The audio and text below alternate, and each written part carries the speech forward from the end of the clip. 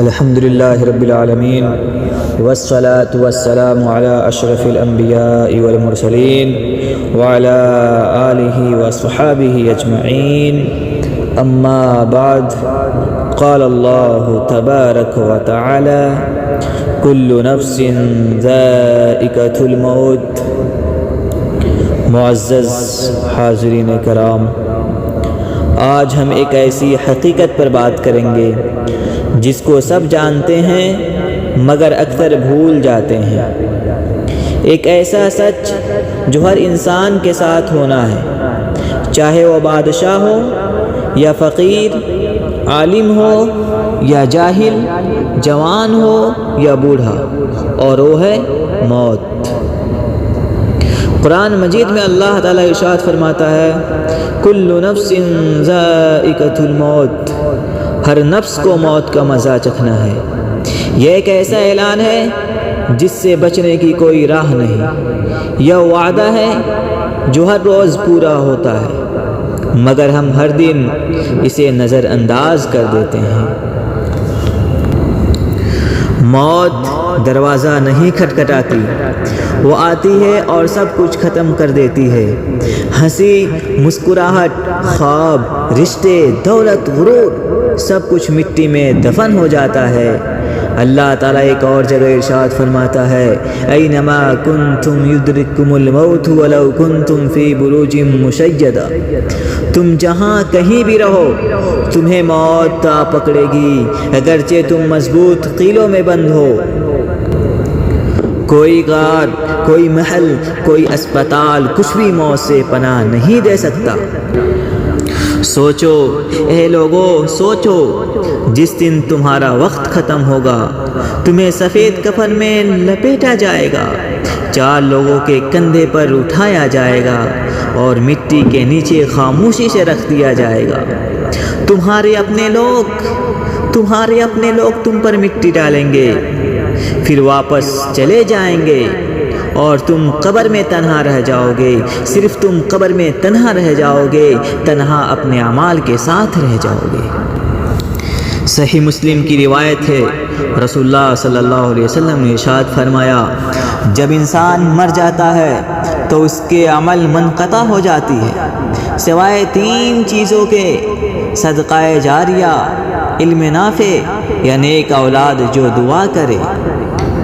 یعنی تمہارے ساتھ نہ مال جائے گا، نہ گھر، نہ گاڑی، صرف تمہارا عمل تمہارے ساتھ ہوگا۔ معزز سامعین کرام، جب موت کا وقت آتا ہے تو بندہ چیختا ہے، اور ایک دل دہلا دینے والی آیت ہے۔ اللہ رب العزت نے ارشاد فرمایا رب ارجعونی لعلی اعمل صالحا فیما ترکت کلا، اے میرے رب مجھے واپس لوٹا دے۔ بندہ کہے گا اے میرے رب مجھے واپس لوٹا دے تاکہ میں نیک عمل کر سکوں، مگر جواب کیا ملتا ہے؟ سنو اے لوگو، اللہ رب العزت جواب کیا دے گا؟ کلا انہا کلمۃ ہوا قائلھا، ہرگز نہیں، یہ صرف ایک بات ہے جو وہ کہہ رہا ہے۔ اب واپس جانے کا کوئی راستہ نہیں، وقت ختم، قلم اٹھ چکا، صفحے بند ہو چکے۔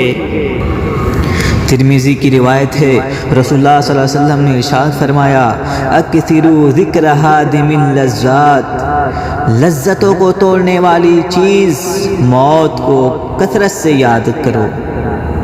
جو موت کو یاد رکھتا ہے وہ ظلم نہیں کرتا، وہ فحاشی سے بچتا ہے، وہ اللہ سے ڈرتا ہے، وہ نیکیوں کی فکر کرتا ہے، کیونکہ وہ جانتا ہے کہ کسی بھی لمحے موت آ سکتی ہے۔ اے لوگو، غفلت چھوڑ دو، وقت کم ہے۔ اے مسلمان، توبہ کا دروازہ کھلا ہے، مگر نہ معلوم کب بند ہو جائے، نہ معلوم اگلے دن تم زندہ رہو یا نہ رہو۔ یہ سانس جو بھی چل رہی ہے یہ بھی اللہ کی مہلت ہے۔ اے لوگو، ہمیں سوچنے کی بات ہے، ہم دنیا میں کیا کما رہے ہیں؟ کیا صرف مال، دولت، شہرت یا دنیاوی عزت؟ یا ہم نے کچھ ایسا بھی تیار کیا ہے جو قبر میں کام آئے، کچھ ایسا جو اللہ کی بارگاہ میں پیش کیا جا سکے؟ یاد رکھیں جب ہم مریں گے تو 3 چیزیں ہمارے ساتھ قبر تک آئیں گی۔ پہلا ہمارا مال، دوسرا ہمارے رشتہ دار، اور تیسرے اور ہمارے اعمال۔ لیکن 2 چیزیں واپس لوٹ جائیں گی، مال اور رشتہ دار۔ صرف ایک چیز قبر میں باقی رہے گی، وہ ہے ہمارے اعمال۔ ذرا سوچیں آپ، کیا ہم موت کے لیے تیار ہیں؟ ہم ہر دن اگلے دن کے لیے تیاری کرتے ہیں، امتحان کے لیے پڑھتے ہیں، مہمان کے لیے گھر سجاتے ہیں، سفر کے لیے سامان باندھتے ہیں، مگر افسوس کی بات یہ ہے ہم موت کے لیے تیاری نہیں کرتے، حالانکہ وہ سب سے قریب ہے۔ معزز سامعین کرام، موت کے بعد نہ توبہ قبول ہوگی، نہ نماز، نہ روزہ، نہ زکوٰۃ، نہ حج۔ ابھی بھی وقت ہے دل کو نرم کرنے کا، والدین سے معافی مانگنے کا، نمازوں کی پابندی کرنے کا، گناہوں سے توبہ کرنے کا، اور اللہ سے اپنا رشتہ جوڑنے کا۔ میرے پیارے بھائیوں اور بہنوں، دنیا ایک عارضی مسافر خانہ ہے، یہاں کسی نے ہمیشہ نہیں رہنا۔ اصل زندگی آخرت ہے، جہاں یا تو جنت کی خوشبو ہوگی یا دوزخ کا عذاب۔ آج اگر ہم نے اپنی اصلاح نہ کی تو کل قبر ہمیں جگائے گی، لیکن بہت دیر ہو چکی ہوگی۔ آخر میں اللہ رب العزت سے دعا ہے کہ اللہ تعالی ہمیں موت کی تیاری کرنے کی توفیق عطا فرمائے، ہمارے گناہوں کو معاف فرمائے، ہمیں نیک اعمال کی توفیق دے، اور موت کے وقت کلمہ طیبہ نصیب کرے۔ آمین۔